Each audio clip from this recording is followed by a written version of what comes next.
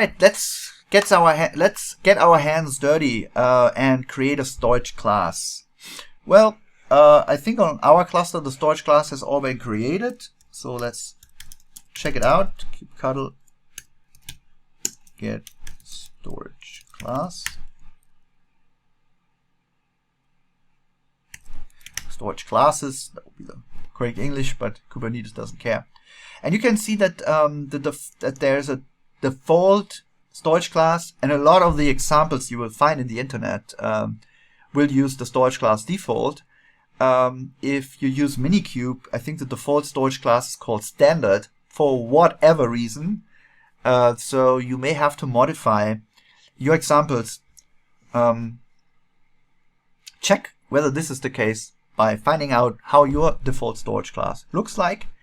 If you're in a different Kubernetes environment than the one I'm using here, then you may have to modify the storage class accordingly. Check your documentation. I'm pretty sure you'll figure it out. It's not too complicated. So let's describe the resource.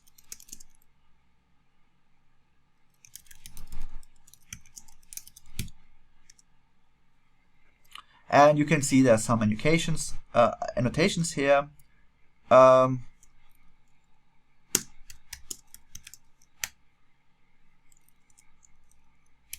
Doesn't work here.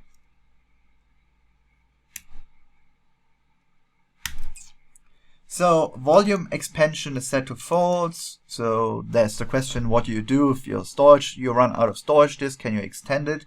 Do you have to create a new one? It's a storage class. The name is default. Parameters, it's not encrypted. You may want to encrypt your disks for databases. It's a readiness criteria for our data service always. You have to provide means to encrypt data at rest, which means on the disk. Disk is encrypted. If you don't use the data, it is encrypted. In contrast to encryption at transit, which means, for example, SSL encryption between the application client or the database, the data service client, and the data service itself. So, for example, if your application uses SSL to connect to the database and retrieves the data, the communication will be encrypted and the data will also be rather safe during transition. So those are the two encryption types you may want to have. And disk encryption is a solution to one of them. The provisioner is an AWS EBS provisioner, which will tell you that you'll create an EBS volume, as I said earlier. The reclaim policy is delete. So you can app policy delete.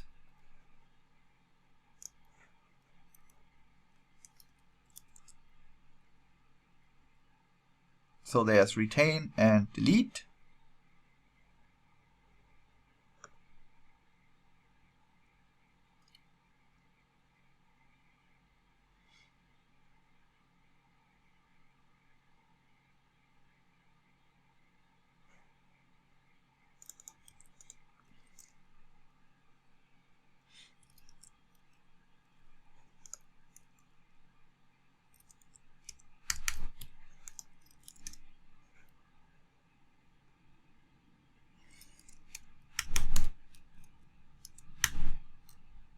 Oh, internet, goddamn you.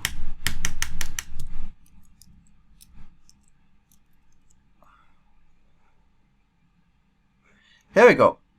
What happens to a persistent volume when released from its claim? Valid options are retain, default or manually created persistent volumes.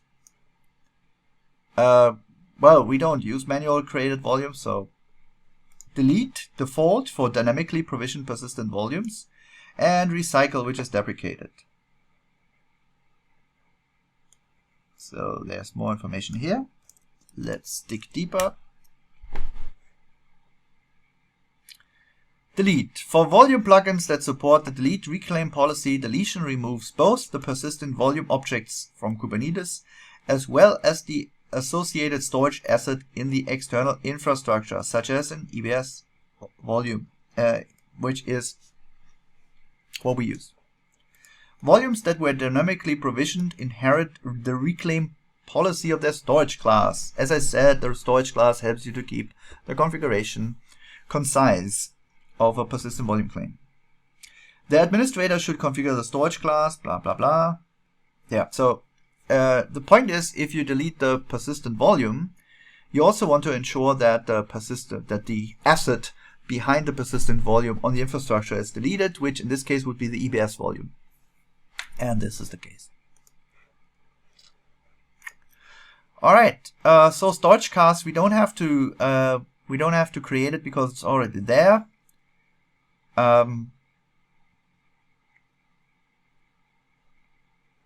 Again, remember, if you have a different storage class, adapt the examples accordingly.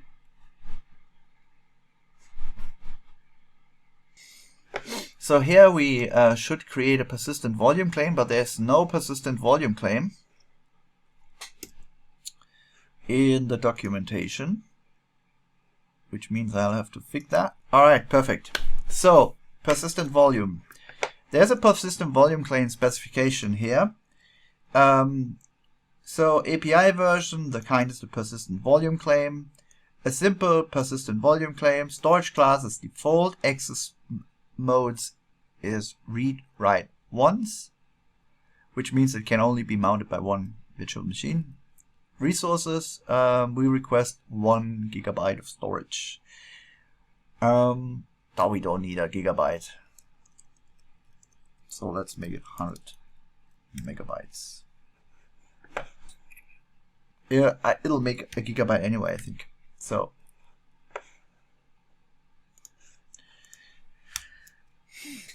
kubectl apply 10. Nope, don't want a pod. What's it?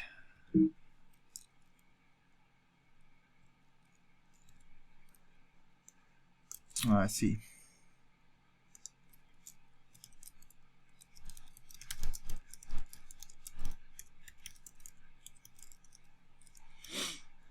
File was in a different directory, so now we kubectl apply it.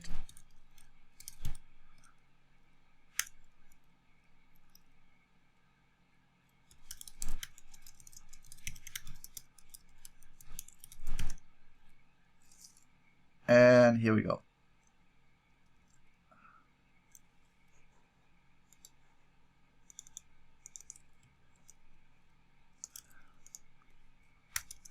So persistent volume claim is bound means that we have created a persistent that the provisioner has created a persistent volume, and that the persistent volume has been attached to the persistent volume claim.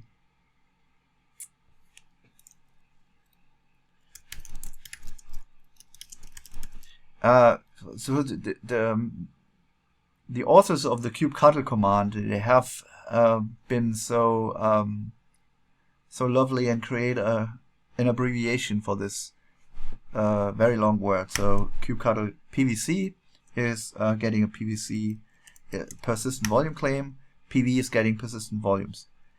So you can see here there are 2 persistent volumes.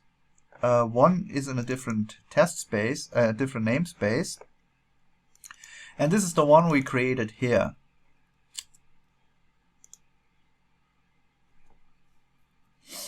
So that's the persistent volume claim. This is the persistent volume. Describe persistent volume, and you can see here. This is the persistent volumes name created by the AWS EBS dynamic provisioner.